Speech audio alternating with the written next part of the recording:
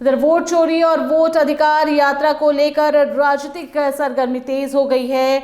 विपक्ष एक दूसरे पर पलटवार करते रुक नहीं रहे। इसी दौरान कांग्रेस के पूर्व अध्यक्ष और राज्यसभा सांसद अखिलेश सिंह ने सीधा सीधा भाजपा पर हमला बोल दिया है। क्या कुछ कहा है इस दौरान और किन किन मुद्दों को उठाया है उन्होंने, आइए सुनते हैं।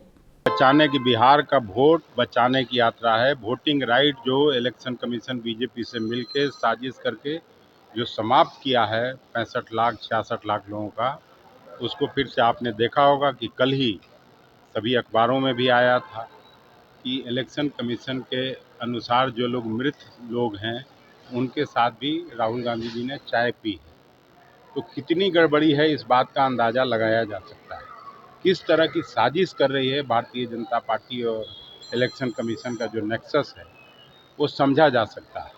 इसलिए उस दिन भी पिछले सप्ताह 300 एमपीज ने गिरफ्तारी दी जब उन लोग इलेक्शन कमीशन ने मिलने से मना किया। और अब लगातार 2 सप्ताह की यात्रा राहुल गांधी जी के नेतृत्व में, साथ में तेजस्वी प्रसाद यादव जी और लेफ्ट पार्टी के भी सभी नेता रहेंगे। ये पूरी यात्रा 17 तारीख से लेके 1 सितंबर तक चलती है। लेकिन बीजेपी है वो।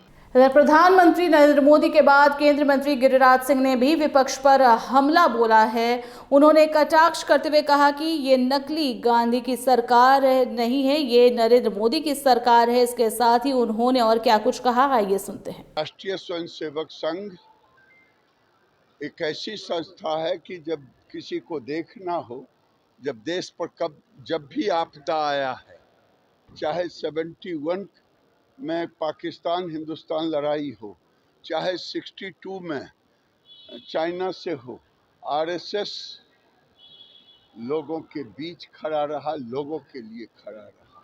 ये आरएसएस है। कहीं आपदा आ जाए, बाढ़ आ जाए, कहीं सुखाड़ आ जाए, वहाँ संघ दिखाई देता है। संघ एक ऐसा संगठन है जो उसमें जाते हैं, उनको चरित्र निर्माण का एक बहुत बड़ा काम करता है राष्ट्र के लिए। भारत आतंकवाद बर्दाश्त करने के लिए तैयार नहीं।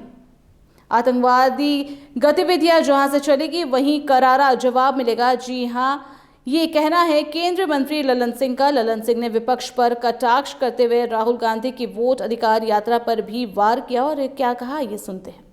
ठीक कहा है उन्होंने, खून और पानी एक साथ कैसे बहेगा? आप पूरा पानी, सिंधु नदी का पानी भी सिंचाई भी करिएगा और इस देश में आतंकवाद को भी चलाइएगा, यहाँ के लोगों को, निर्दोष लोगों की हत्या भी करिएगा। दोनों कैसे चलेगा? सही कहा प्रधानमंत्री जी ने। अब ये देश आतंकवाद को बर्दाश्त करने के लिए तैयार नहीं है। आतंकवादी गतिविधि जो भी चलाएंगे, जिस धरती से चलेगा उस धरती पर कड़ाड़ा जवाब दिया जाएगा।